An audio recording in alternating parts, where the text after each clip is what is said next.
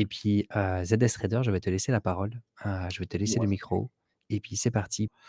Donc, par rapport aux 2 fois où on a dû faire dans le Discord, le marché a pas beaucoup évolué, hein, d'accord? On est resté sur notre borne. Donc on a toujours, hein, pour nous, dans l'idée de rester, sur ce grand range, d'accord? Avec, une valeur centrée autour des 28 117, hein. C'était toujours ça, ce scénario pour nous.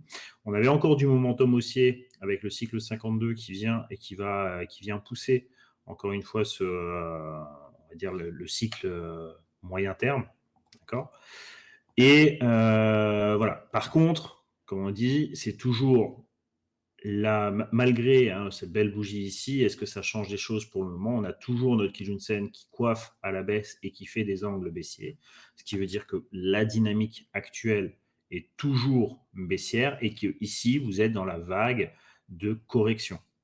D'accord? La vague de correction de cette structure baissière ici. Je vais la matérialiser.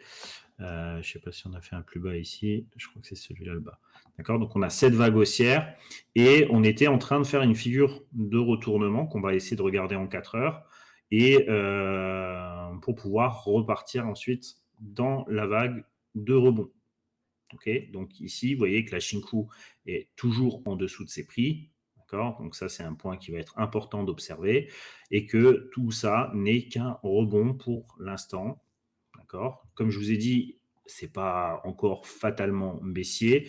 On a besoin, ça c'est notre première vague baissière, d'accord, dans la structure, et que cette première vague baissière doit se faire corriger. C'est ce qu'elle est en train de faire. D'accord?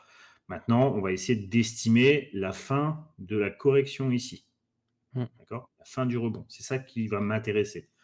Donc, je bascule en 4 heures pour vous expliquer. Ça, c'est, je crois que c'était, je sais plus si c'est lors de la masterclass ou si c'était euh,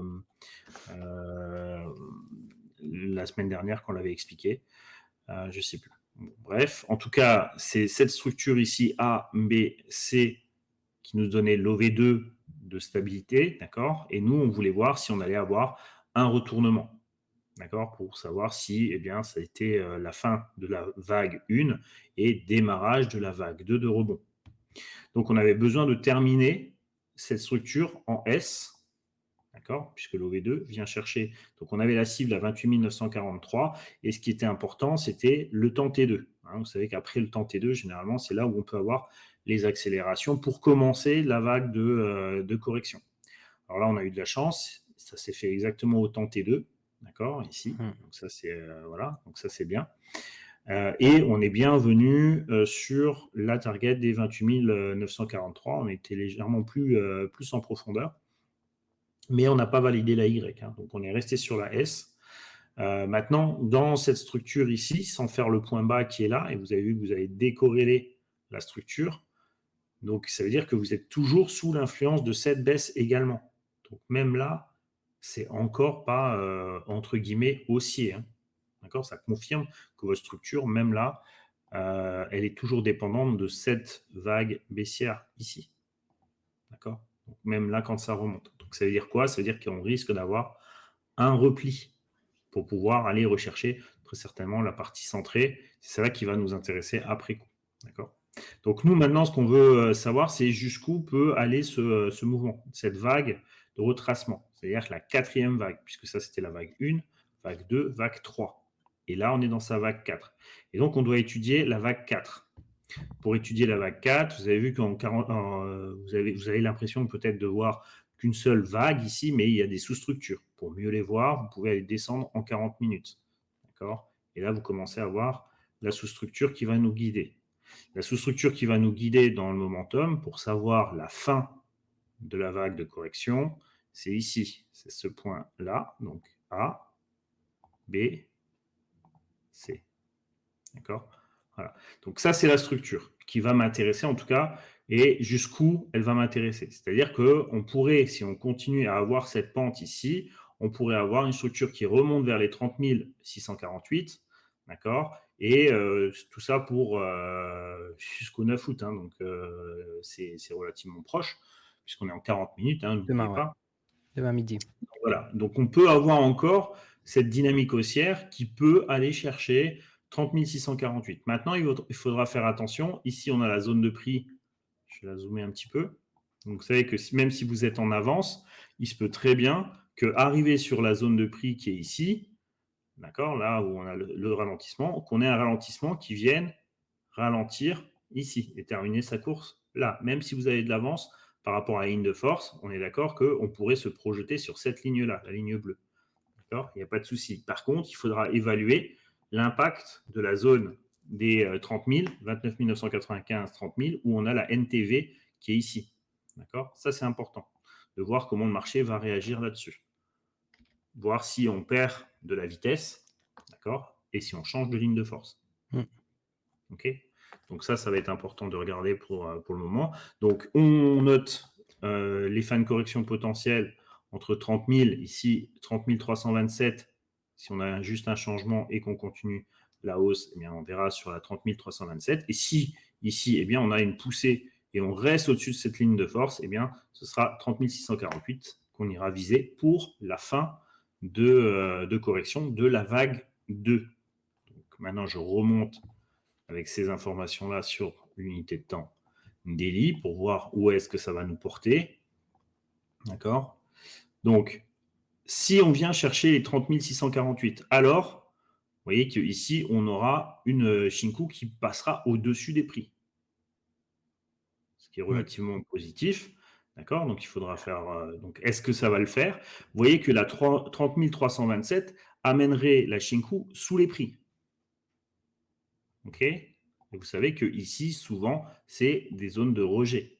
Donc, vous avez la structure qui vous donne la zone des 30 327 et l'équilibre de Shinku par rapport à ces prix nous montre que la zone des 30 327 sur les 2-3 prochains jours, c'est une zone qui risque de refaire fluer le marché à la baisse. D'accord? Donc, je porterai plutôt mon regard attentif sur 30 327. Okay, pour continuer ma structure, puisque c'est une vague, pour pouvoir continuer une structure baissière. Mais pas structure baissière pour dire ça y est, ça se casse la gueule. Hein. C'est simplement la structure. Si jamais on vient sur ce niveau-là, d'accord, on va essayer de le faire juste comme ça. Si on revient sur ce niveau, imaginons qu'on revient sur le niveau 30 000, allez, les 30 327, d'accord. Voilà, c'est ce qu'on vise. D'accord? Un retour vers 27 000, 28 000. Donc, pour rester toujours dans ce grand range qu'on avait Mmh. défini ici. D'accord? Ça fait C'est quand même une toujours baisse pour de moi. 10 hein. Oui, mais ça Ouais. reste, c'est pas, je veux dire, c'est pas catastrophique. On reste à Non, non, l'intérieur de ce bien sûr, range-là. D'accord? Faut pas commencer à se dire, ça y est, c'est la mort des cryptos, quoi. Non. bien sûr. OK? Et Et donc à ça, part c'est si et seulement si. Si maintenant, la E pousse, d'accord? On pousse et que Shinku reste au-dessus des prix. La correction qu'on risque d'avoir, elle va être soutenue par les prix qui sont ici. Et donc, on s'attend plutôt à quelque chose qui viendra corriger en forme de P et non pas sur une structure en N.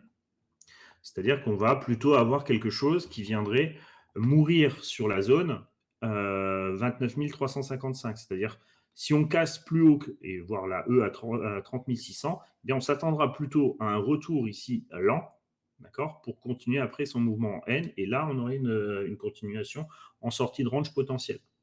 mmh, D'accord? Donc ça, c'est une des possibilités. Donc deux zones vraiment pour moi qui va être importante dans mon analyse à observer. Vraiment, donc c'est la fin de cette structure ici et surtout quel target on va venir chercher. Quelle vitesse on va commencer à affaiblir le mouvement. Est-ce que c'est à 30 327 et dans ce cas-là, Shinku Daily reste en dessous de son prix et risque de faire une rechute.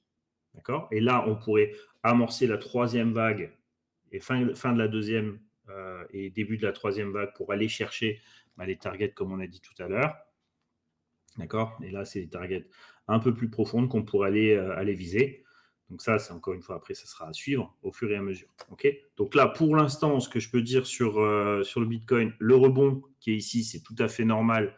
C'est un mouvement de structure classique, OV2, vient faire sa S, d'accord? On reste à l'intérieur d'une OV2, d'accord? Donc, ce qui me fait dire que c'est plutôt, encore une fois, la fin de structure qui devrait être annoncée à 30 327 et la troisième vague commencer dans ces zones-là. Donc, vous avez compris pour ceux qui «tradent» entre guillemets ou quoi que ce soit sur ces zones-là, eh bien, il faut s'assurer que ce soit bien un pic qui arrive ici, un sommet qui arrive ici. Donc, si c'est un sommet 4 heures, vous savez que vous pouvez l'observer en 40 minutes ou 7 minutes. Vous devez attendre la phase de ralentissement, la phase de structure baissière et ensuite commencer à vendre et pas avant. Donc, voilà, soyez prudents quand même Mmh. sur ces zones-là.